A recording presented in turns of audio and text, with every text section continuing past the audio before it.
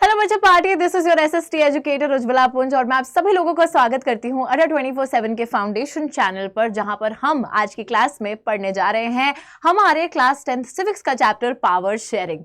So yes बच्चों, ये आपके सिविक्स का सबसे पहला चैप्टर है और बहुत ही ज्यादा इंटरेस्टिंग चैप्टर है। So basically this chapter talks about power sharing. हमें क्या लगता है ना कि किसी भी चीज को शेयर करके शायद हम लोग वीक पड़ जाएंगे। ऑब्वियस सी बात है, एक इंसान के पास सारी पावर हो तो उसको लगता है कि मैं बहुत स्ट्रांग हूं, मैं बहुत मजबूत हूं, और अगर मैं इस पावर को लोगों में बांट दूंगा तो शायद मैं कमजोर पड़ जाऊंगा।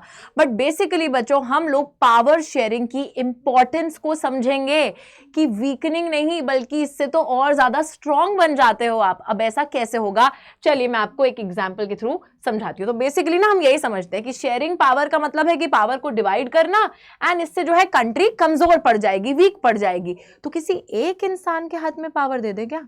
नहीं बच्चों, अगर आप किसी एक इंसान के हाथ में सारी पावर को थमा देंगे तो जाहिर सी बात है कि आगे आने वाले टाइम में दूसरे लोग क्या समझेंगे, वो तो फिर एक डिक्टेटरशिप टाइप की हो जाएगी, है ना। वो इंसान अपनी मन मर्जी चलाएगा, एब्सोल्यूट रूल हो जाएगा, लोग खुश नहीं होंगे उस शासन से, ऑब्वियस सी बात है। तो that is why it is very very important to share the power in a country. अलग अलग तरीके से इस पावर को बांटा जाता है। खुद ही समझो यार कि अगर कल को मम्मी तुम्हारी कोई चॉकलेट लेकर आती है और सिर्फ तुम्हारे भाई या बहन को दे देंगे और तुम्हें नहीं देंगे तो कैसा लगेगा? बुरा लगेगा, राइट। तो एक किसी के हाथ में पावर देने से बाकी लोग खुश नहीं होंगे। That is why it is very very important to equally share the power at different levels, between different organs, between different groups। तो ये सारी चीजें हम लोग देखेंगे।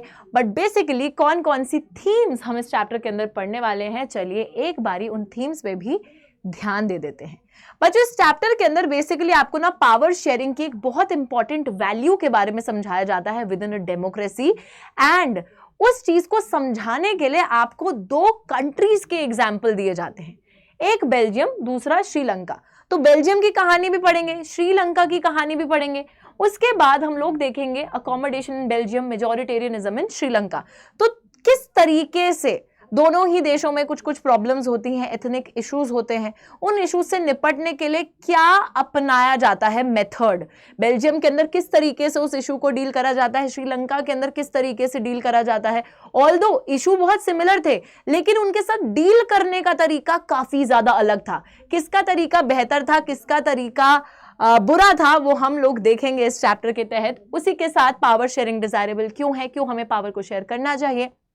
तो इसके पीछे दो रीजंस दिए जाते हैं, मॉरल रीजंस, प्रूडेंशियल रीजंस, उनकी भी बात करेंगे। और लास्टली इस चैप्टर के अंदर हम बात करेंगे फॉर्म्स ऑफ पावर शेयरिंग की, यानी कि किस किस अलग अलग तरीके से पावर को शेयर किया जा सकता है, डिवाइड किया जा सकता है। ठीक है, सो आई होप ये बात बिल्कुल क्लियर है। ये सारे के सारे थीम्स हम लोगों को इस पर्टिकुलर चैप्टर में पढ़ने हैं। तो चलिए आपसे मिलेंगे अगले सेशन में, बेल्जियम की प्रॉब्लम को समझेंगे। I will see you all in the next session.